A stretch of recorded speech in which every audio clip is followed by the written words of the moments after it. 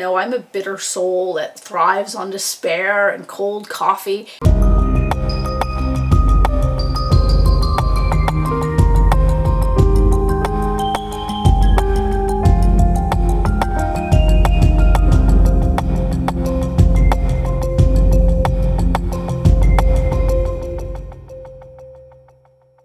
Hello, welcome to Sound and Fury Book Reviews. As usual, I'm Tina. Today I am doing a one-off book review of The Bone Way by Holly Underwood. So this was a fantasy novella that comes out this month, 2021. So there's going to be no spoilers in this review, except at the end when I tell you that spoilers are coming. So I received this as an ARC from the publisher in exchange for a fair review. So thank you very much. That was very nice. I very much appreciate it. So I think I can't remember requesting this book, but I know I did at some point, obviously. And I don't think I knew at the time that it was novella, because I have a tenuous alliance with novellas. Rarely do I find they encompass the breadth of a novel or the poignancy of a short story. Unfortunately, I felt kind of the same way about this one. That's not to say I didn't enjoy it. As a super fan of the myth of Orpheus and Eurydice, as much as one can be a super fan of this kind of thing, I appreciate anything, that adapts that source material. In this novella though, the adaptation is more of an inspiration than a true retelling, as there was only a few similarities to the original myth, but I still enjoyed the premise. I thought it was really cool. So for those of you who aren't up on your Greek mythology, which is totally cool, the myth kind of is as follows. So Orpheus is this poet and musician. He's most famously known for playing the lyre, which is kind of like a cowrie thing.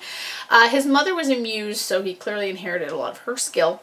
His new wife, Eurydice, was bit by a snake and died. Very sad. So Orpheus was so upset about this, understandably, that he travels to the underworld and begs Hades and Persephone to let him take her soul back to her body.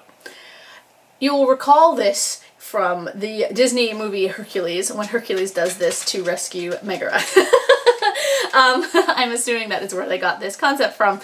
Anyway, his musical skill, he plays his lyre for them, and that convinces them. And his song is so emotionally, distressing that they were like, all right, fine, just get out of here. So he has one rule though: he's not allowed to look back at her until they have left the underworld. Unfortunately, at the last step, he betrays this promise, and she's lost to him forever. It's quite tragic. It's very sad, which is why I like it. I like tragic myths. Anyway, that aside, The Bone Way is a whimsical and light fantasy that is easy to read and contains some interesting fantastical elements.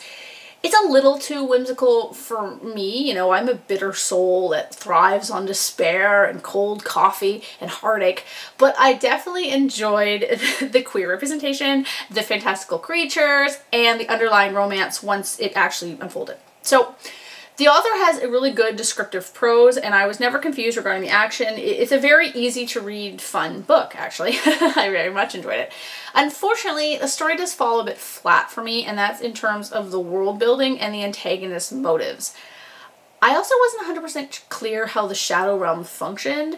I thought it was like an underworld, but it's not. I don't know. That's the thing. I was kind of a little bit frustrated by that. I was definitely intrigued by the fantastical setting though, as I said, and it's got this kind of hint of steampunk aspects, which I'm always on board for. But we're not giving anywhere near enough of this setting to formulate a true picture of the world. I will be blunt and say that I'm not sure why this wasn't a full-on novel. Had it been, we could have been fully immersed in what I suspect is a rich setting. The pacing could have been steadier because it was very, very quick. And we could have seen Cress and Tegan's relationship blossom before the journey. I found the first couple chapters hard to get into because I didn't really understand the stakes for them. I mean, I understand they're married, but it's not, in the first third of the novel, we don't know a lot about their relationship. So I didn't kind of feel, I understood their motivations, but I didn't really feel like I cared.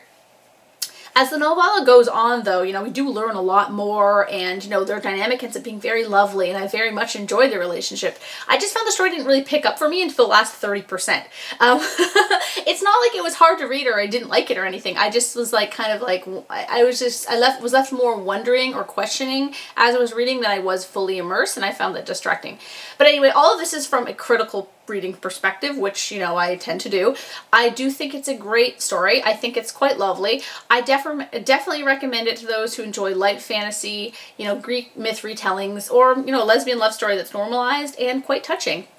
I'm giving it a 3 out of 5, which isn't a bad score at all. I have a criteria that I use, and it kind of fell solidly into a 3, but I mean, that's not a bad rating at all. So I want to talk about one spoiler before I leave. I want to talk about the ending. So this is definitely a spoiler. I don't want you to watch this if you, I don't want you to watch this if you intend on reading this book. Thank you for watching, and yeah. So, while I didn't want one of them to die, it did irk me a little bit that the story was a happy ending. The entire point of Orpheus and Eurydice is his failure. It's a tragic myth about a second chance lost. It's hard though, because if it had been a tragic ending, it really wouldn't have made sense given the tone of the novel and the history of lesbians dying in novels. If you're not aware, there's this whole thing about how lesbians in media, you know, early media, were never allowed to have a happy ending, as, you know, one or both of them tended to die in these stories. It happened so much to coded or openly queer women that it became a trope. So given the tie into the myth here, this trope likely would not apply. It would have like a reason for it, but that is something maybe that was considered, that this dying lesbians trope. Yeah, so thank you for watching. I hope that inspires you to get The Bone Way. I think a lot of people will love this story. I'm just too much of an old hag, I think, too jaded to like enjoy a lovely story. And I'm not super fond of novellas. So yeah, thank you for watching, and yeah.